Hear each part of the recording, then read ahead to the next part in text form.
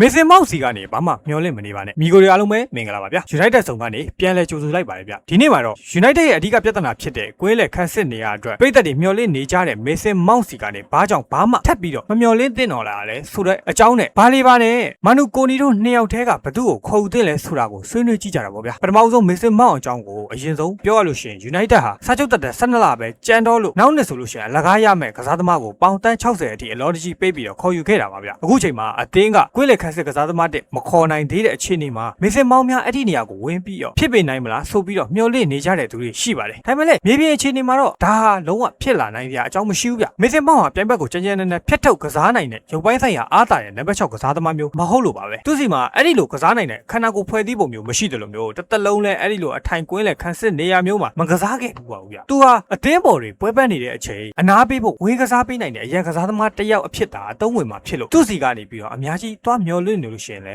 အလကားပါပဲဗျဒါဆိုလို့ရှိရင် United ကကွင်းလေခန်းစစ်အစ်စ်တယောက်မဖြစ်မနေဝယ်ရတော့မှာဒီနေရာမှာ Brighton ကွင်းလေလူကားလို့ဘာလီဘာကိုပြစ်မှတ်ထားနေပေမဲ့အဓိကပြဿနာကဈေးနှုန်းပါဗျပြီးခဲ့တဲ့ရာသီကပေါင်တန်း100တောင်းခဲ့တဲ့ Brighton ဟာအခုချိန်မှာပေါင်တန်း80တိ short ချလာခဲ့ပေမဲ့လည်းဒါဟာများလွန်းနေသေးပါပဲနောက်ဆုံးရသတင်းတွေအရလက်ရှိမှာဘာလီဘာရဲ့ agent တွေဘက်ကနေပြီးတော့ United စီကိုတိုက်ရိုက်ဆက်သွယ်လာပြီးတော့ဒီအပြောင်းအရွှေ့ကိုဖြစ်မြောက်အောင်ဖိအားပေးနေတယ်လို့သိရပါတယ်ဗျ။ဘာလို့လဲဆိုတော့ United ဟာနောက်ထပ်ပြစ်မှတ်တအူးဖြစ်တဲ့မနူကိုနီကိုထပ်ပြီးတော့ခေါ်ယူသွားမှာကိုသူတို့ဘက်ကစိုးရိမ်နေလို့ပါ။ဒါပေမဲ့လည်းကလပ်တင်းနှစ်ခုကြားအပြောင်းအရွှေ့ခြေကတော့အများကြီးကွာဟနေတဲ့ဖြစ်ပါတယ်ဗျ။ဒီနေရာမှာညီကိုတို့အတွက်စိတ်ဝင်စားဖို့ကောင်းတဲ့အချက်တစ်ခုကိုပြောပြချင်ပါတယ်။ Enzo Fernandez လိုမျိုးကစားသမားက Benfica မှာယာတီဝက်လောက်ခြေစွမ်းပြတာနဲ့အကောင်းဆုံးလူငယ်ကစားသမားစုရခဲ့တာကြောင့်မလို့ Chelsea က106.8 တန်းအထိပေးခဲ့တာကတဘာဝကြိုက်မယ်လေ။ဘာလီဘာကတော့ခြေစွမ်းသိမ့်မပြနိုင်ခဲ့လို့ပေါင်တန်း100အထိဈေးခေါ်ခံခဲ့ရတာဆိုတာပါပဲဗျအဖြေကတော့အပြောင်းအရွှေ့ဈေးကွက်ဆိုတာကအနာဂတ်ကိုပတ်သက်ပေးပြီးတော့ဝယ်ရတာပါဖာနန်ဒက်ရဲ့ကိန်းဂန်းတဲ့အချက်လက်တွေကအရန်ကောင်းမွန်လို့ပတ်သက်အများကြီးပေးရပါမယ်လေဘာလီဘာရဲ့ပြီးခဲ့တဲ့12လတာခြေစွမ်းကတော့အငင်းပွားစရာတွေအများကြီးရှိနေတယ်ဗျ